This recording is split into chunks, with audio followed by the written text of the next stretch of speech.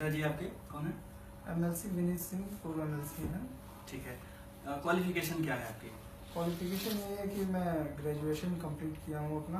हाँ। और मुझे ग्रेजुएशन अपना कंप्लीट करने के बाद जस्ट मुझे फिर उसके आगे मैं पढ़ाई नहीं कर पाया।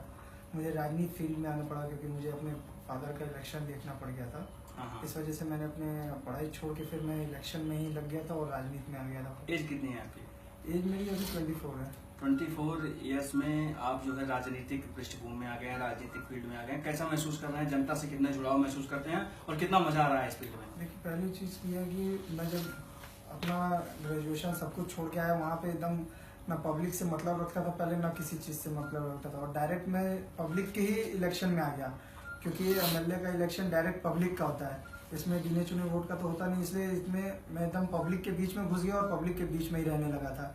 तो बहुत अच्छा लगता है, अब उनसे दूर रहा भी नहीं जाता है। जैसे होता क्या है कि आमतौर पर जो स्टूडेंट्स होते हैं, स्टूडेंट लाइफ जो होती है बड़ी फ्रीडम की लाइफ मानी जाती है। कहीं भी मस्ती करते रहो, कहीं भी घूमते रहो, कहीं किसी चौराहे बैठ के दोस्तों के साथ चाय पीते रहे। क्या आपको कभी ये फ्रीडम महसूस हुई? जैसे आप, क्योंकि आप विनीत सिंह के लड़के हैं तो उनका तमाम नाम है, पूरे पूर्वांचल में उनका एक अलग नाम है, तो कभी आपको ये आज़ादी महसूस हुई या आप दबाव महसूस करते थे हमेशा इसको लेके? नहीं, अपने ऊपर है क्योंकि जैसे अभी हम लोग का भी यही नेचर है कि ना हम लोग ना कभी कोई नशा वशा नहीं किया गया, ना कुछ ऐसे फ्रेंड सर्कल नहीं रहा, ना कोई टीम रही कि हम लोग कहीं बैठे हैं कहीं चौराहे पे चाय पिए, क्योंकि चाय का भी नहीं पीने का कोई टेस्ट किया आज तक हम लोग। कभी किसी समाज के बीच में हम लोग ज़्यादा बाहरी में बैठते ही नहीं थे। हॉस्टल से घर आया जाता था, 2 महीने घर पे ही रह जाया जाता था क्योंकि आज तक हम लोग हॉस्टल में ही हमेशा रहे।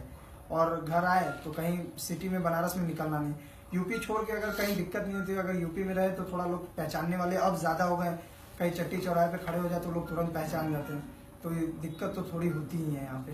अच्छा, तो एक चीज ये बताइए, जैसे आप स्कूल में जब पढ़ते थे तो अपने फ्रेंड सर्किल में कभी ये बताते थे कि मेरे पिताजी कौन है, या कभी उनका जो नाम है, बड़ा नाम है, पूर्वांचल में एक बड़ा नाम है, तो ये आप बताते थे कभी? नहीं, पहली बात ये है कि बचपन में एक बार मेरे पिताजी सबसे पहले कोऑपरेटिव बैंक चेयरमैन हुए थे, तो लोग मुझे कहे कोऑपरेटिव बैंक में चेयरमैन है, तो मैं उस समय 5th क्लास में था। तो मैं सोचा कि बैंक मैनेजर है, वही सब लोग कह रहे हैं बैंक मैनेजर, तो मैं आज तक 12th तक बैंक मैनेजर ही बताया सबको।